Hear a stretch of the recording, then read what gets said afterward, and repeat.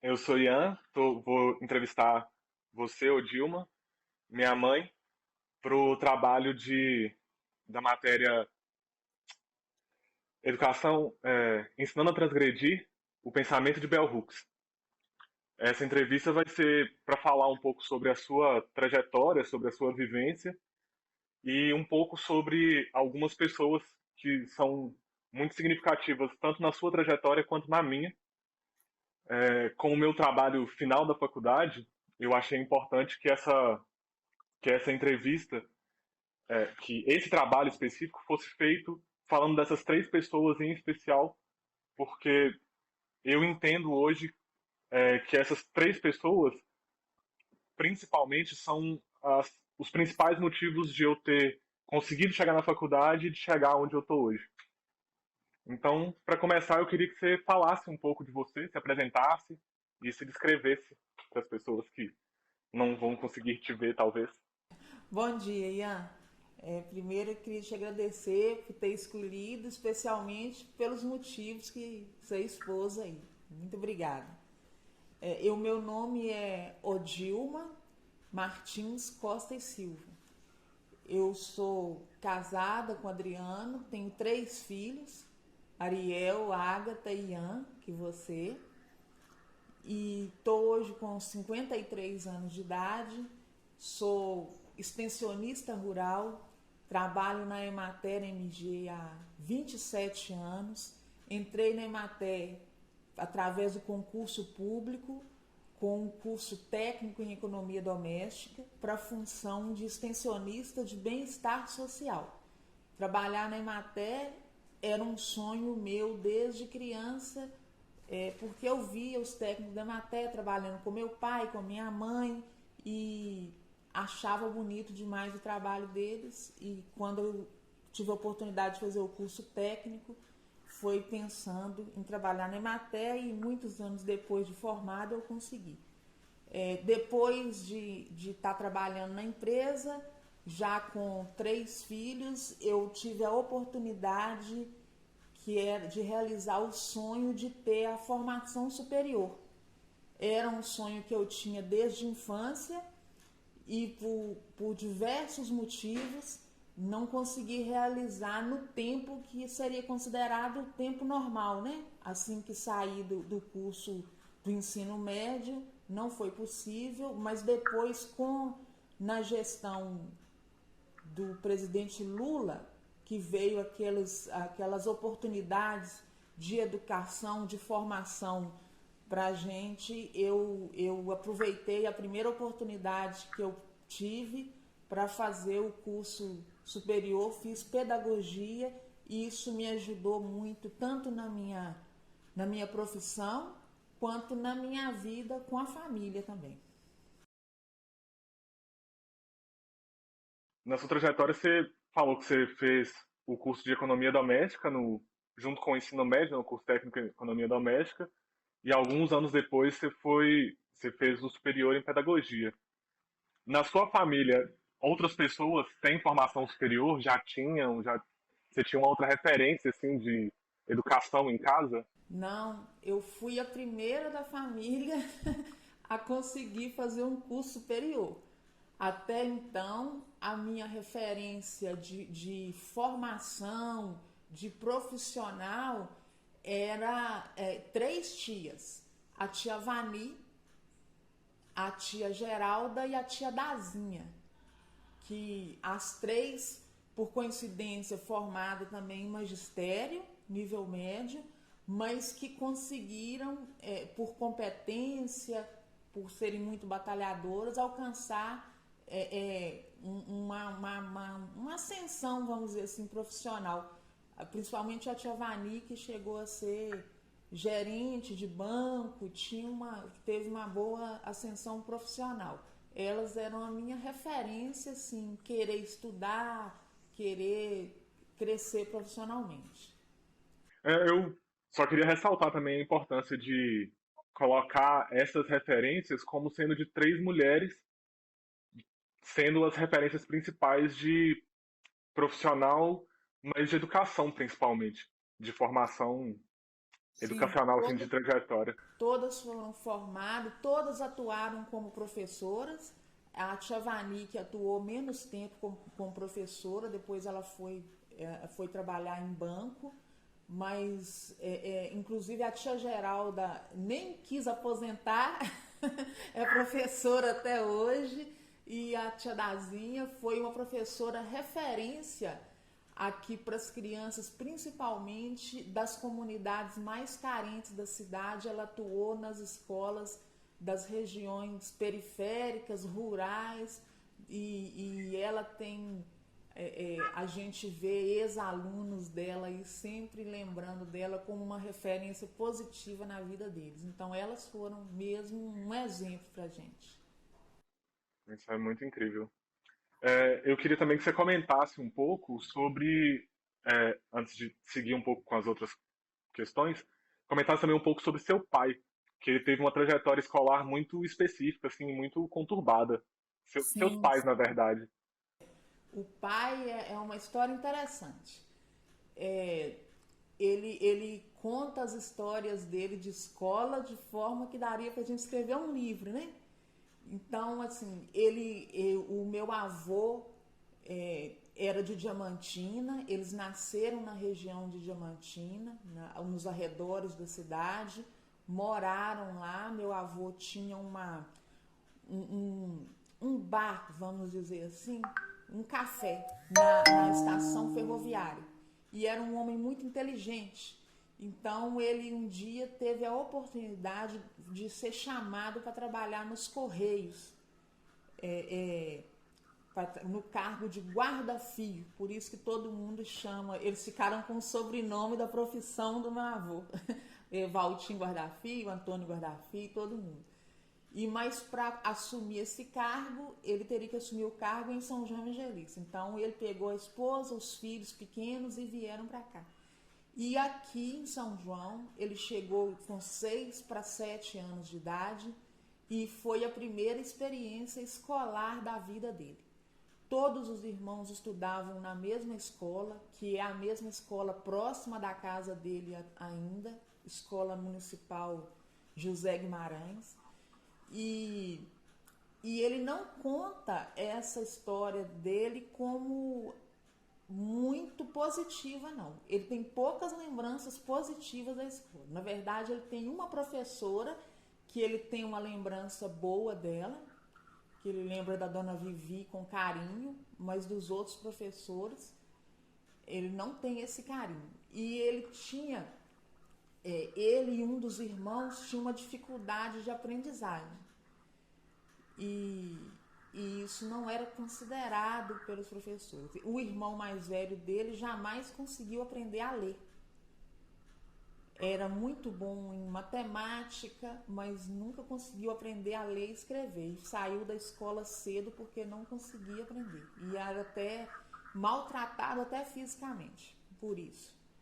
E ele sempre teve uma tendência à área biológica, ciências da natureza, mas também tinha essa dificuldade para aprender a ler e escrever. Demorou mais para aprender a ler e ficou na segunda série até sair da escola. Ficou 7 anos na segunda série. Ele sabia tudo das outras matérias, mas demorou demais a aprender a ler e escrever. E aí ele lembra de professores que batiam, que punha de castigo dentro do armário que tinha dentro da sala.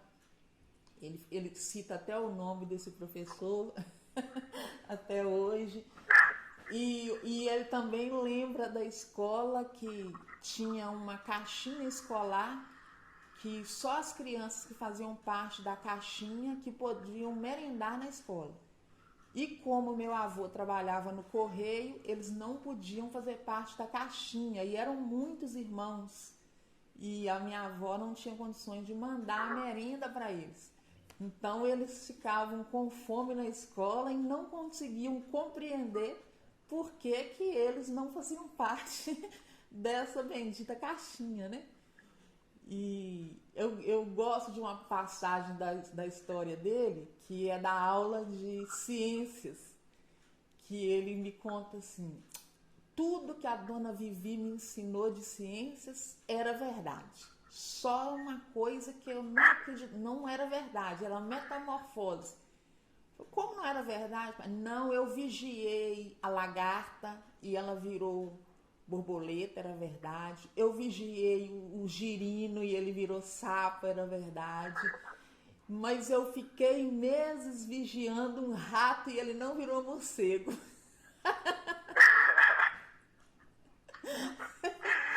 E aí ele insiste em dizer que a professora ensinou isso pra ele. Mas eu acho que isso sai da cabeça dele.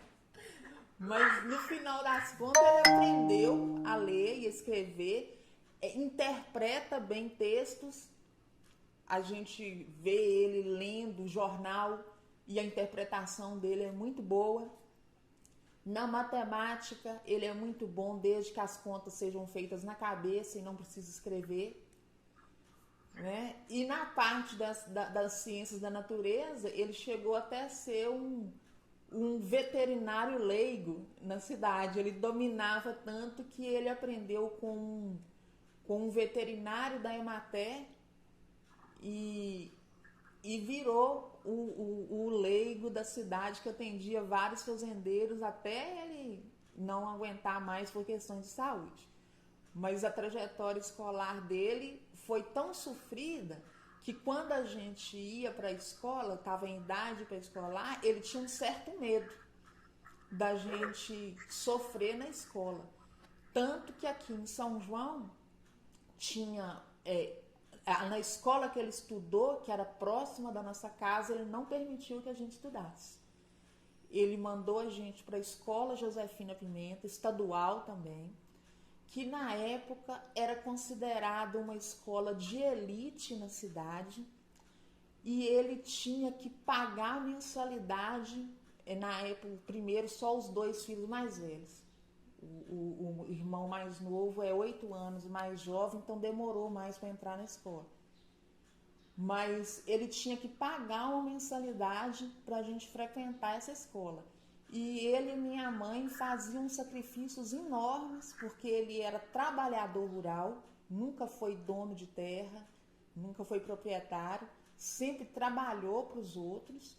Então ele fazia trabalho rural, tinha uma vendinha que ele e a minha mãe vendiam as coisas, vendia de tudo, venda de Minas mesmo, essas vendas do interior de Minas, que tinha do carretel de linha até carne de porco que eles matavam. E aos sábados, no fundo dessa vendinha, eles tinham uma boate que chamava Cabana. E no fundo do fundo, eles tinham uma horta grandona e um espaço onde ele vendia e revendia cabras. Então, com essa luta de trabalhar domingo a domingo, ele fazia um esforço tremendo para que a gente fosse melhor na escola do que ele e minha mãe.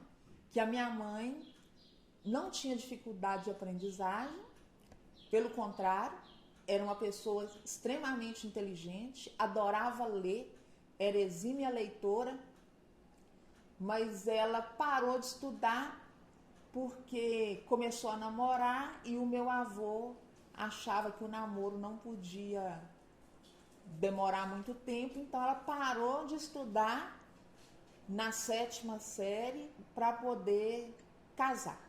E logo após o casamento engravidou, e a vida difícil daquela época, ela nunca voltou ao banco de escola. A sua mãe, especialmente nesse caso, assim, eu me lembro de muitas passagens também de quando eu e meus irmãos éramos crianças e ela pegava livros nossos da escola para ler. Ela sempre foi extremamente apaixonada com a leitura e dos momentos assim que eu lembro muito forte dela foi já depois de idosa, quando ela decidiu fazer um curso de informática, que Foi. ela inclusive fez esse curso de informática e a professora dela era uma amiga minha que se formou junto comigo.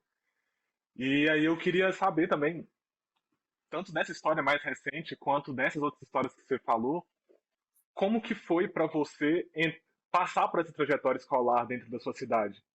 E aí também levando em consideração outros fatores que eu acho que são muito relevantes para essa discussão, é que você era uma mulher pobre, era uma mulher de uma família negra que é, morava na parte pobre da cidade, morava na parte de baixo da cidade.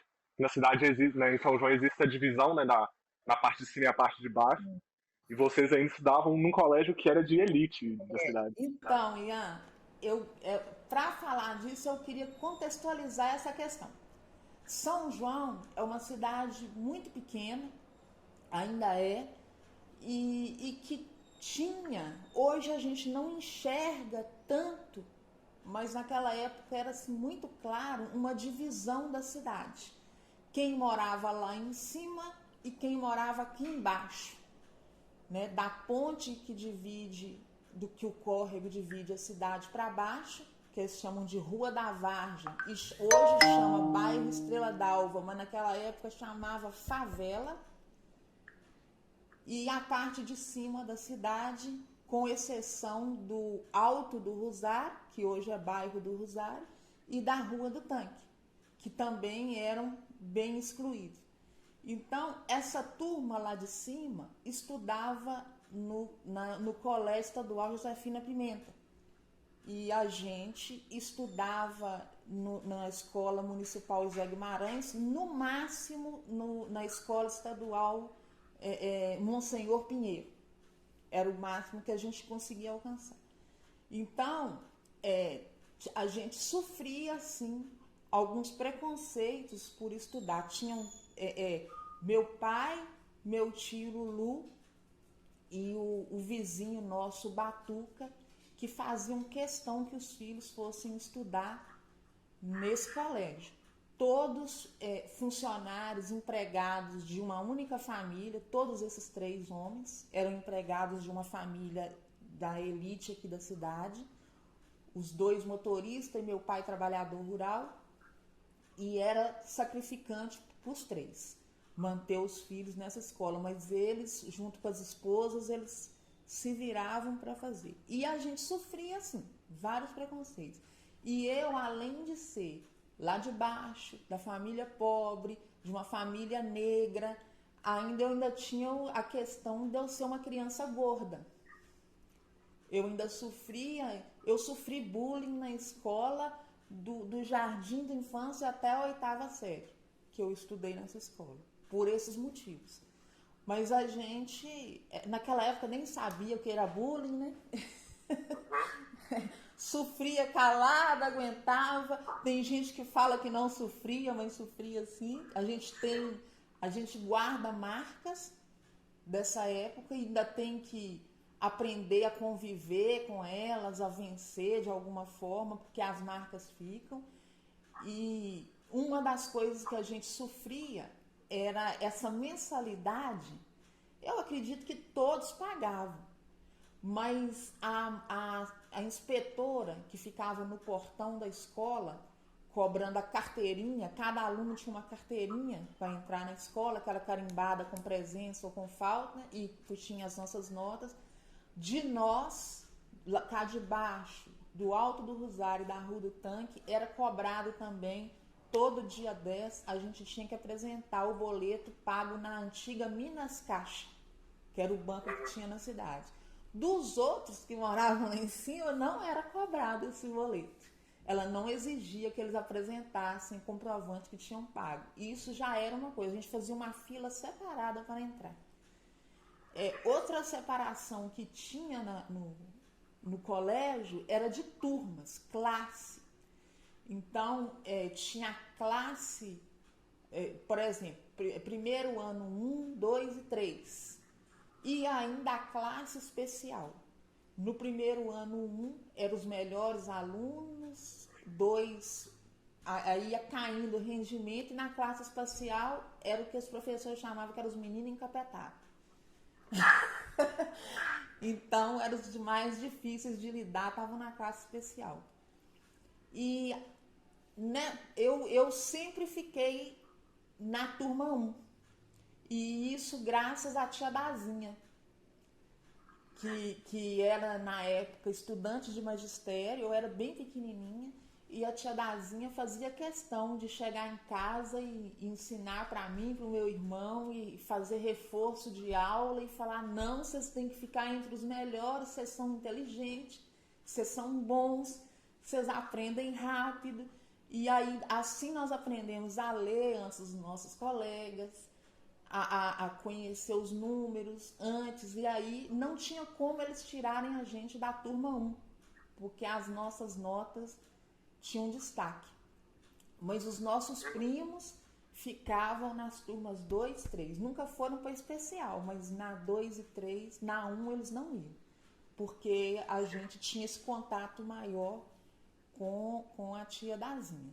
Eu, pelo menos, tinha discriminação até na melhor aula. Eu tinha pavor, que era de educação física. Eu cresci com medo da educação física, porque na educação física a professora separava quem era bom de bola e quem era ruim de bola. Aí os gordinhos ficavam na turma do ruim de bola e nunca pegavam, nunca entravam no jogo, ficava correndo ao redor da quadra enquanto os outros podiam jogar. Então isso para mim é um bloqueio até hoje, a atividade física, porque eu não podia participar, não tinha esse direito. Eu também queria saber um pouco mais sobre a sua trajetória no ensino médio. E aí, mais uma vez, também te pedi para contextualizar, porque você estudou na antiga Escola Agrotécnica, que agora é um Instituto Federal, mas que dentro da cidade especificamente, e mais forte na sua época do que atualmente, tinha uma relação muito conturbada com a cidade também. Sim. Então, Ian, antes de chegar no Instituto Federal, eu queria te contar uma coisa traumática que me aconteceu nessa escola José Fino Pimenta, que me levou depois aí para o Instituto Federal. A antiga escola, na minha época, era a Escola Agrotécnica Federal de São João Evangelista. Teve um começo de ano que a escola ficou alvoroçada, assim. Tava uma festa na escola, porque um aluno, filho do vice-diretor, filho do diretor, tinha passado no vestibular. Estudou lá a vida inteira e passou entre os primeiros colocados no vestibular, e tava aquela farra, e só se falava isso na escola, a escola toda enfeitada de parabéns para ele. E eu devia estar assim na terceira ou quarta série, era muito criança. Falei na sala de aula: quando eu crescer, eu vou estudar na UFMG, eu vou ser médica. Aí a professora virou para mim e falou assim: minha filha, vê se se enxerga. Isso não é pra gente igual a você. Vocês nunca vão chegar nem na porta da UFMG. Aquilo praticamente matou meu sonho, né? A professora, que é a pessoa que está lá na frente, que você tem como referência, me falar que aquilo não era pra gente igual a mim. Eu fiquei até meio sem entender que gente que era igual a mim. Mas aí os anos passaram e eu me envolvi com a música através do coral que pertencia à Escola Agrotécnica Federal. Era um professor Rodrigues, que era o professor de física e matemática, que era o regente do coral.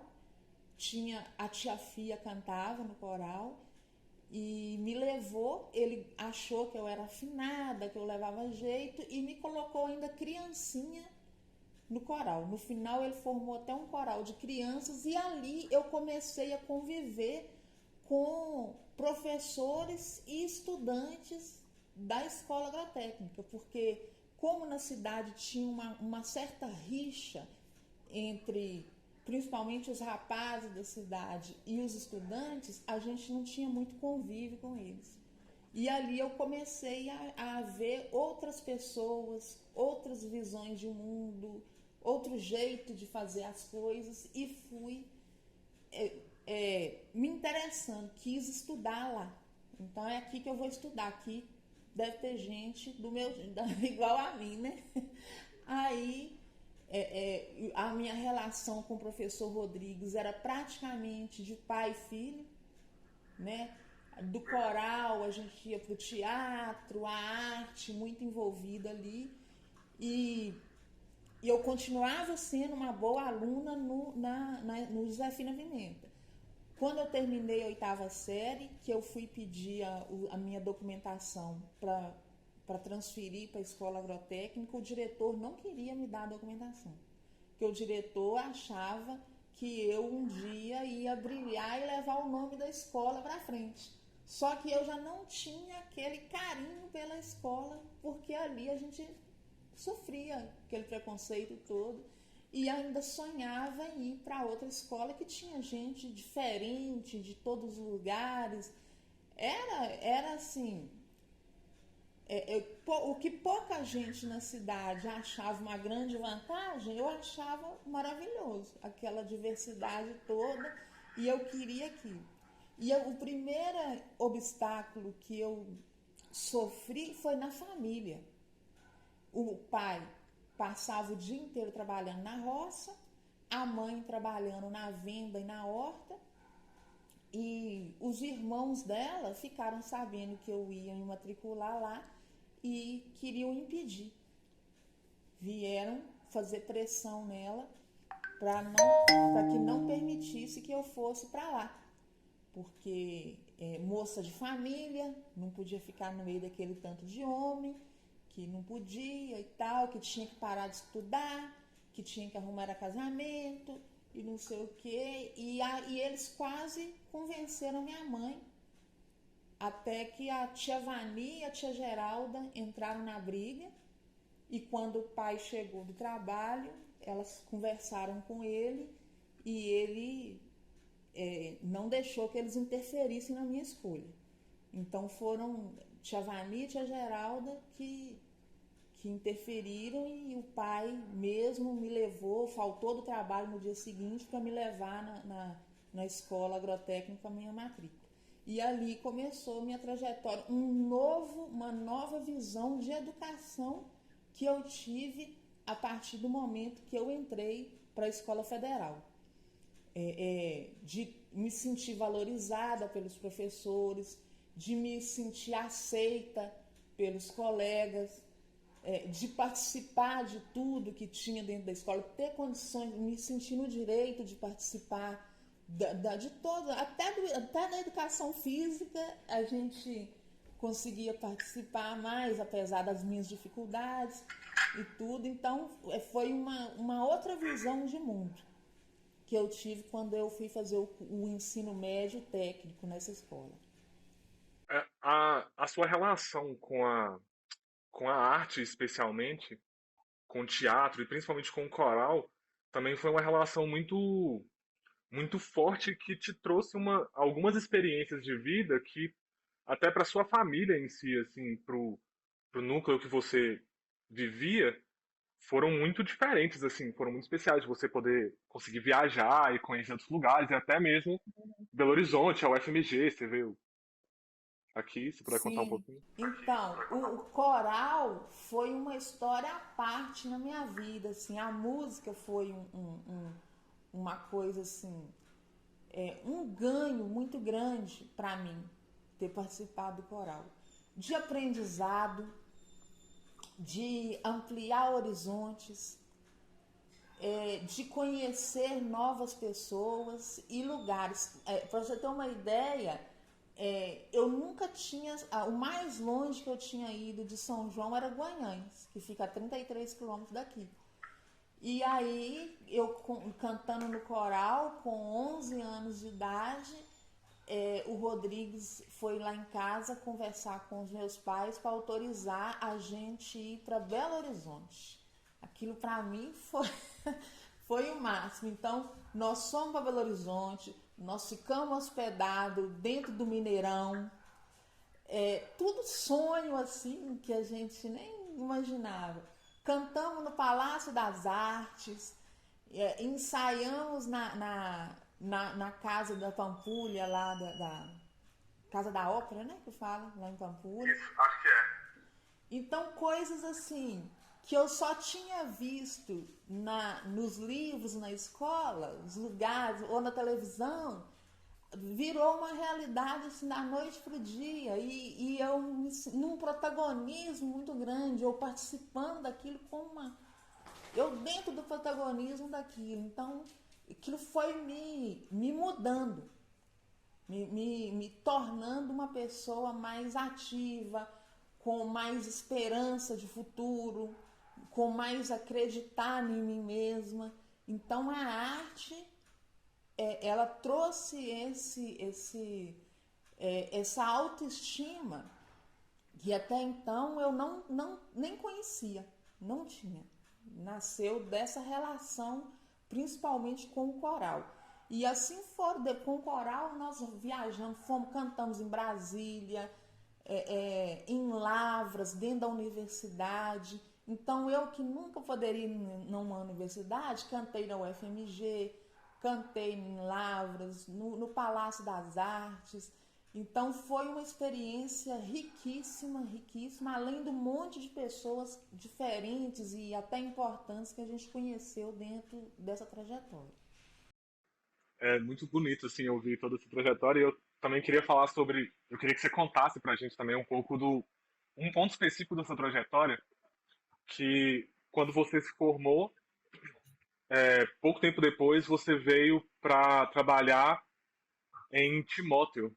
Ah, sim. Não, foi o seguinte, essa história, quando eu formei, o diretor da escola agrotécnica, que era o professor Hércules, ele viu que tinha um potencial muito grande daquela turma de continuar estudando, mas a maioria não tinha dinheiro nem para fazer um vestibular. Então ele fez um convênio com a Universidade Federal Rural do Rio de Janeiro e o vestibular foi aplicado aqui.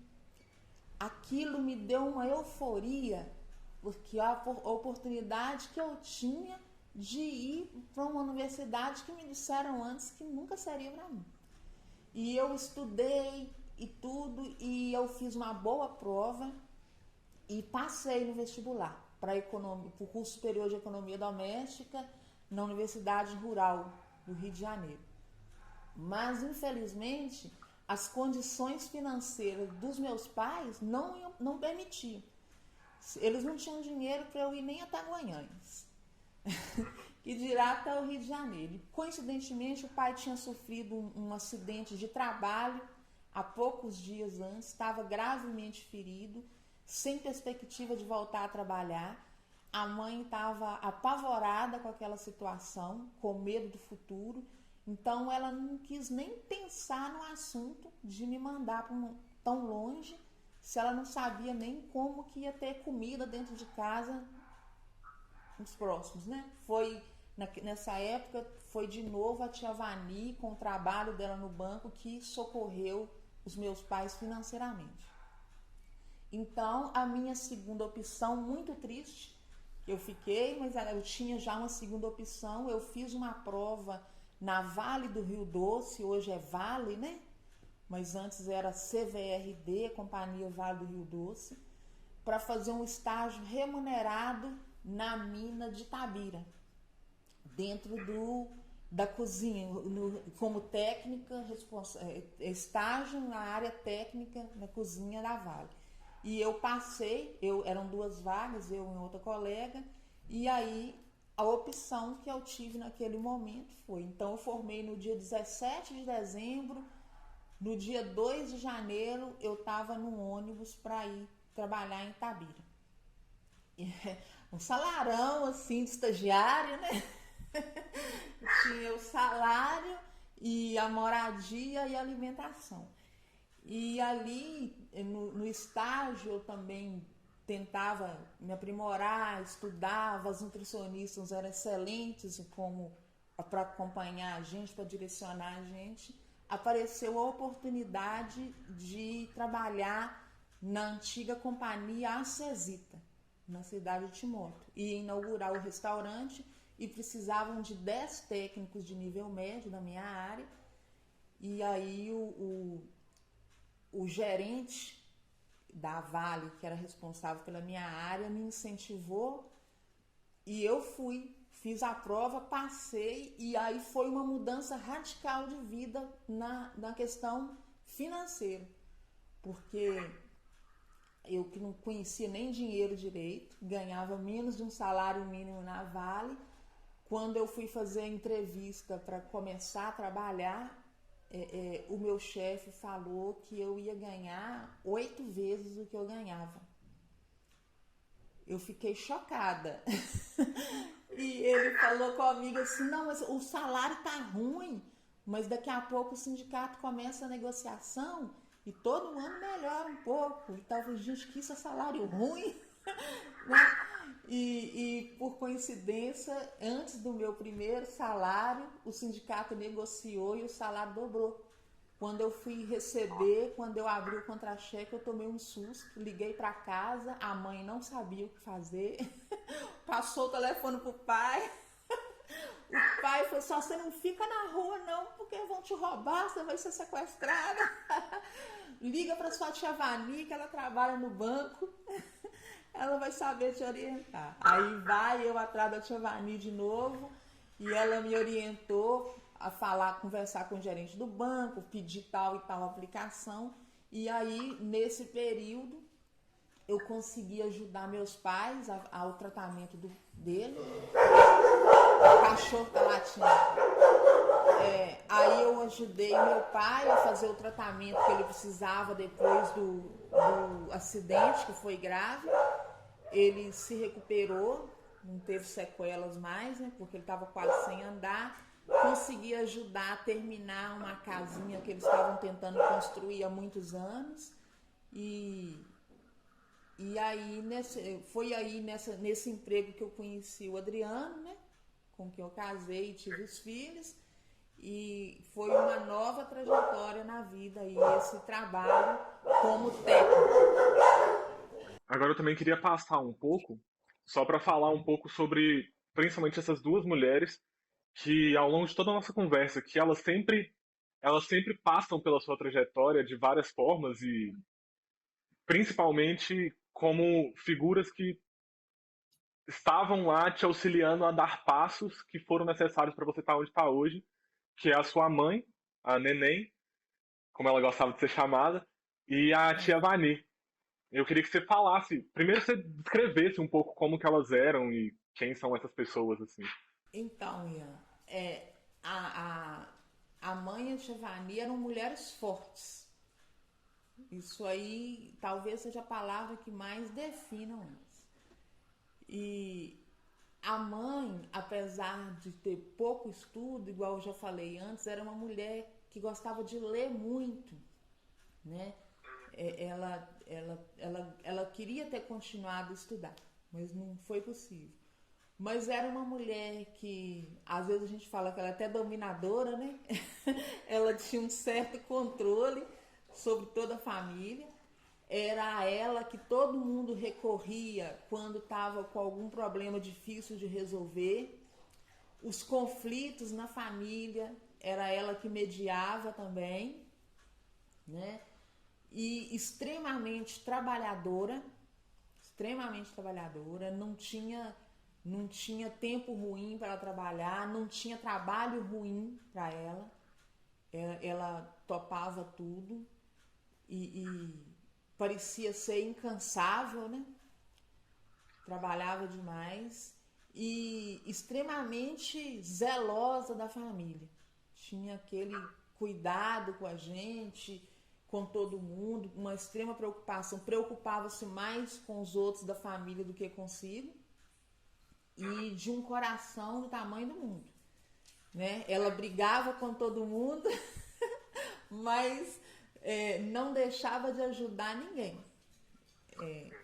Tanto que ela deixou um legado na cidade de pessoas pessoas carentes principalmente, que ela ajudou e que a gente nem sabia que ela fazia esse tipo de coisa. Ajudava financeiramente, ajudava com alimentação, ajudava com medicamento para criança. Então ela deixou um legado que a maior parte a gente só descobriu após a morte dela. E a tia Vani era uma mulher à frente do tempo dela, muito à frente do tempo dela. Então era uma mulher bonita, lindíssima, uma jovem muito bonita, carismática, extremamente comunicativa e que resolveu sair para trabalhar. Não o máximo que uma mulher podia ser naquela época era professora, e ela foi para trabalhar numa agência bancária, onde ela se destacou pela competência no trabalho, pela dedicação, e que uma coisa que era rara na nossa região, nossa cidade, que era bem conservadora, ela saiu de casa jovem para trabalhar em Belo Horizonte. Então, ela morava sozinha, ela tinha uma vida independente. Aquilo para mim era um modelo a ser seguido, sabe? De independência, de poder tomar suas próprias decisões. Mas mesmo com essa independência toda, tinha a mesma característica da mãe, que era a dedicação à família. Apesar de nunca ter tido filho, não casou mais tarde, mas o casamento também não deu certo. Mas ela se dedicava aos pais, aos irmãos e os sobrinhos de corpo e alma. Era uma pessoa muito boa também. Eu queria falar de um outro ponto, tanto sobre as duas quanto sobre você também, que na sua família, especialmente essa família por parte de mãe, existe uma relação muito específica sobre o papel das mulheres dentro da família. Uma diferença de gênero e de papéis a serem desempenhados muito bem definida, e que passa muito por isso de o que representava a sua mãe, o que representava a sua tia Vani, de serem essas pessoas que estavam por trás de tudo, e de como que isso foi passado para você, assim. Porque você é a única filha da sua mãe, e você é uma das filhas das mais velhas da família, assim, da sua geração. E como que era isso, assim, de elas serem essas pessoas que tinham que gerir tudo e de passar para você um pouco de como era essa cobrança delas para você e da família toda, tanto com elas quanto com você. Então, Ian, essa relação é bem complexa. Porque existia, ainda existe, mas hoje a gente venceu muito, um traço de machismo muito grande na família. Mas olha como que isso é controverso. A minha avó materna, ela educou os meninos de um jeito e as meninas de outro, de forma que dava um certo poder aos meninos e às meninas uma certa submissão. Mas contrapondo a isso, eram as meninas as incentivadas a estudar e a trabalhar, enquanto aos meninos eram dadas regalias, como se as mulheres tivessem que trabalhar para sustentar os irmãos, os maridos, os filhos. É muito contraditório, porque se estudar e trabalhar acaba dando poder na mão dessas mulheres, né? Mas elas tinham essa na cabeça delas, esse dever de criar, vamos dizer assim, os irmãos, de forma que, assustadoramente, os meus 3 tios nunca trabalharam na vida. Foram sustentados pela mãe, o pai, enquanto o pai foi vivo, e pelas irmãs, que estudaram e trabalharam. E talvez porque isso tivesse culturalmente entranhado dentro da minha mãe, ela tentou fazer o mesmo com os filhos. Só não deu muito certo, ela só não levou isso adiante porque muito diferente dessa visão, era a visão que tinha a família do meu pai. A minha avó paterna também era uma mulher à frente do tempo dela. Ela era feminista sem saber o que era feminismo, que nem se falava nisso, né? Mas ela era uma mulher garimpeira, que tinha uma banca de jogo do bicho, que achava que as filhas podiam ter liberdade sexual, que quem não devia casar eram os filhos, eram os homens, e que o homem dava trabalho para a mulher. Então, assim, o meu pai tinha uma visão feminista que equilibrava a visão machista que a mãe tinha. Então, por isso, a nossa criação foi mais equilibrada nesse ponto. Mas na família da minha mãe, elas cresceram e ainda tem um irmão vivo que ainda depende das irmãs para sobreviver. Ainda falando um pouco sobre isso, mas também sobre essas relações as relações mais íntimas afetivas e tudo mais que você teve com as duas especialmente.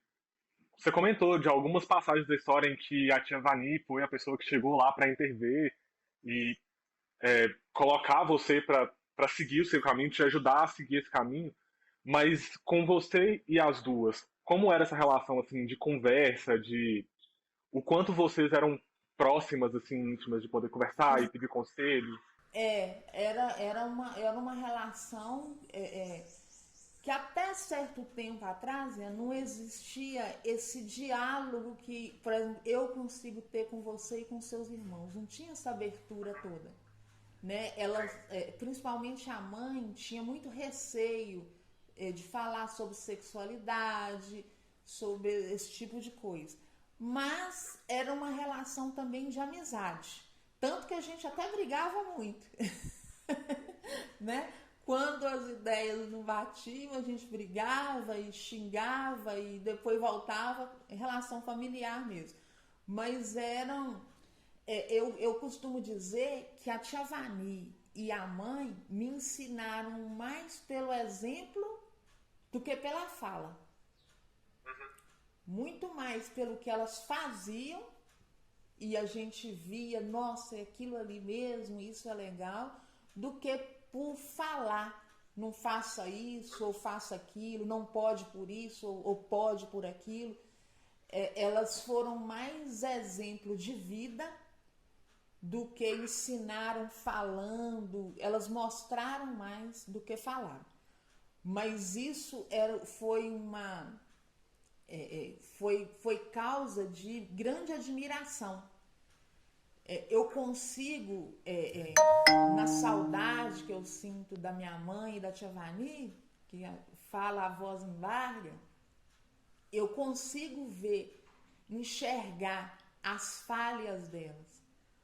Mas eu vejo essas falhas tão pequenas perto das qualidades que elas pouco importam, porque elas foram mulheres assim gigantes dentro das possibilidades que a vida deu para cada uma, principalmente para minha mãe, que teve menos oportunidades assim do que a tia Vani, né? A tia Vani enfrentou com mais coragem a vida, estudou mais, enfrentou meu avô e saiu de casa sem que ele ficasse até com raiva dela. Ele aceitou tranquilamente, ela foi trabalhar, ela foi arrimo de família por várias vezes ao longo da vida e tudo. Então, os exemplos delas de caráter, de força, de coragem, eles estão comigo. E eu acho que está com a família toda, sabe? Porque elas são realmente esse exemplo que a gente põe ali, o caminho que a gente tem que seguir é aquele.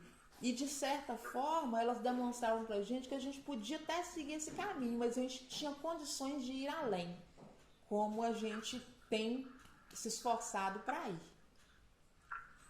Para a gente continuar um pouco aqui com essa conversa, já caminhando também um pouco para o final, essas duas mulheres são, não só elas são, várias outras mulheres na família, a sua avó, por exemplo, sua avó paterna, foram exemplos muito, muito fortes, muito significativos. É, depois que elas faleceram, principalmente, e para a próxima geração, depois da geração dos seus pais e tudo mais, você acabou assumindo também um pouco desse papel. que elas desempenhavam, mesmo que de uma forma diferente, mesmo que com uma natureza bem diferente de como era na época delas, de ser é, esse pilar único que tinha que viver em função dos irmãos, em função dos filhos e tudo mais, você ainda assume um pouco esse papel de ser uma figura central dentro da família. E eu percebo também como que, por exemplo, para minha irmã, isso também cai um pouco, às vezes, de vocês duas serem sempre centros de referência emocional, centro de referência de gestão e de cuidado, em todos os aspectos da coisa cuidado. E eu queria que você falasse um pouco sobre como é um pouco assumir esse fardo que você antes dividiu um pouco com as outras duas, principalmente. Então, para ser bem sincera, eu não me sinto assim com esse papel todo que parece ser de liderança, não. Eu tenho um sentimento que eu fiz junto com o Adriano o melhor na educação dos filhos, o melhor que a gente podia.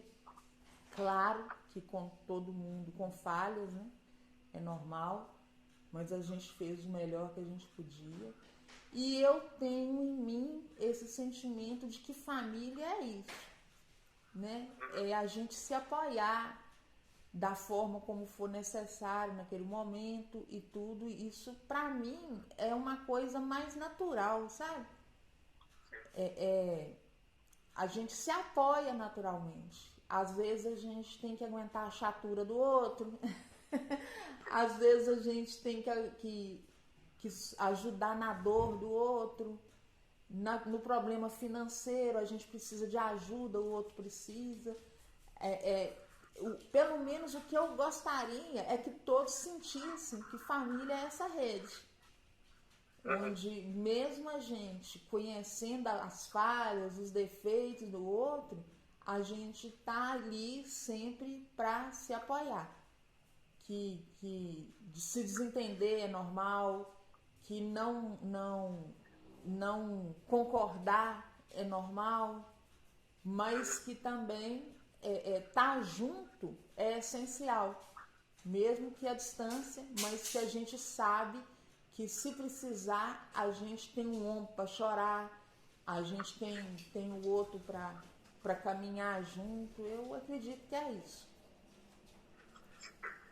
Eu também queria perguntar, nesse sentido também, é, como que você entende hoje esse seu papel na família, mas pensando no seguinte aspecto.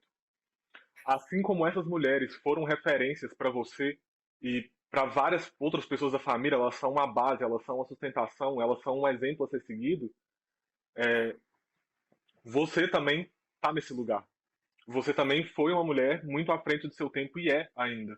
Você lutou e você conquistou coisas e você alcançou lugares que para o seu núcleo familiar e mesmo para as pessoas que tinham ido mais longe são lugares inalcançáveis. Eram lugares que eram vistos como inalcançáveis.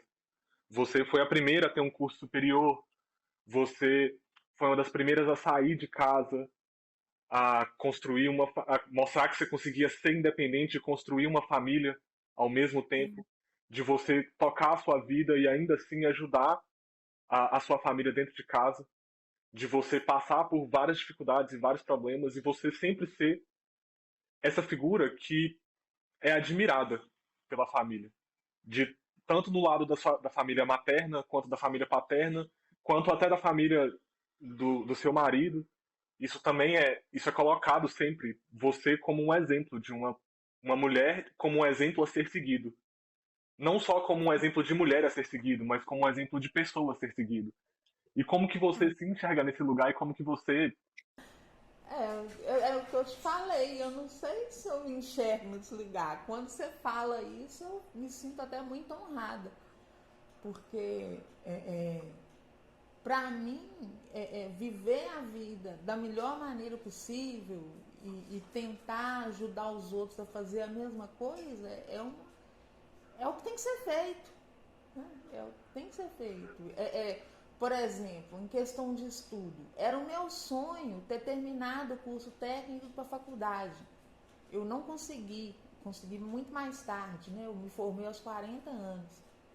Mas junto com o Adriano nós fizemos um esforço enorme para que os filhos seguissem essa trajetória de terminar o ensino médio, ir para a faculdade. A gente conseguiu que todos três fossem para uma universidade federal, que se transformassem em bons profissionais. Então, assim, eu acho que é o mesmo que eu falei das duas, que é o exemplo que é mais forte do que qualquer palavra, sabe? É a gente fazer o que precisa ser feito da forma correta, honesta, e mostrar para os outros que tem dificuldades, tem, mas dá para ser feito, é possível, a gente melhora um pouquinho todo dia, mas não para, sabe? Pode ser um pouquinho só, mas a gente tem que fazer esse esforço para melhorar um pouquinho todo dia e tudo. E eu gosto de fazer parte dessas duas famílias, né? Eu tenho, principalmente no tio Lu, uma referência, né? O irmão do seu pai, uma referência de pessoa honesta, inteligente, estudioso, de pessoa boa mesmo, e alegre. A alegria dele é contagiante. Então, assim, e a família, tanto do meu pai quanto da minha mãe, na verdade, assim, das mulheres da família da minha mãe, mais especificamente, a gente tem esse orgulho delas, e da família do meu pai, que tem essa visão de família muito forte, de união de família entre eles, que é muito forte. Então, isso para mim é o que eu tento levar para frente e deixar como legado também para quem está vindo. Para encerrar, eu queria também comentar um pouco sobre o, esse significado dessas três pessoas assim na minha trajetória, que a minha tia Vani sempre foi quase uma segunda mãe assim para mim, de estar o tempo todo na minha vida e de estar lá desde que eu me lembro, ela sempre esteve, e que foi uma dor enorme a perda dela antes de eu conseguir entrar na faculdade, antes de eu conseguir realmente entrar na universidade, de não poder compartilhar esse momento com ela em corpo. E a minha avó foi uma das pessoas que, se não fosse por ela também, eu não teria conseguido nem chegar aqui e menos ainda me manter nesse lugar para chegar onde eu cheguei hoje. E atualmente também é um peso enorme não poder compartilhar esse momento em corpo com ela, de estar aqui para ver esse momento final da minha graduação, de poder me ver formar. É, mas eu também coloco agora, tanto nesse trabalho, nessa entrevista, quanto em você, ah, um pouco desse lugar de as três estão aqui. E não só as três. Tem várias outras pessoas que não estão de corpo aqui, mas elas estão nesse trabalho, que são pessoas que não estão mais entre a gente, mas que a gente carrega ela de várias formas, carrega essas pessoas de várias formas. E eu sei que elas foram extremamente importantes na sua vida, assim como foram na minha. E eu queria agradecer essas pessoas e também queria que você agradecesse a essas pessoas por elas terem te ajudado a se tornar essa mulher que hoje é para mim uma inspiração. E é essa figura que significa para mim essa formação de agora. É a pessoa com que eu quero compartilhar, assim como com meus irmãos e meu pai, mas você nessa figura central de representar essas pessoas. Então, eu tenho essa gratidão, né? Reconheço tudo que elas fizeram para a gente chegar até aqui, e eu tenho certeza que elas têm orgulho do que a gente está fazendo, e, e que a gente, em honra delas, de certa forma também, a gente vai seguir o caminho, né? E tudo, e essa gratidão por elas todas e por todos que vieram antes de nós e que tiveram uma vida muito mais sacrificada, muito mais difícil que a gente, é que a gente vai seguir em frente e vai tentar ser mais um pouco e que os outros que venham depois de nós também caminhem mais adiante do que nós. Mãe, muito obrigado pela entrevista, pelo seu tempo. E aí, a gente encerra por hoje. Se você quiser falar mais alguma coisa. Não, eu que te agradeço, fico feliz por você ter me escolhido. Parabéns, você está concluindo aí sua trajetória. Nós estamos felizes, nós estamos orgulhosos e esperançosos de dias melhores, né? Agora com um profissional formado, pronto para o mercado de trabalho, pronto para a vida. Amém. Que seu caminho aí seja muito, muito iluminado mesmo. Um abração, fica com Deus.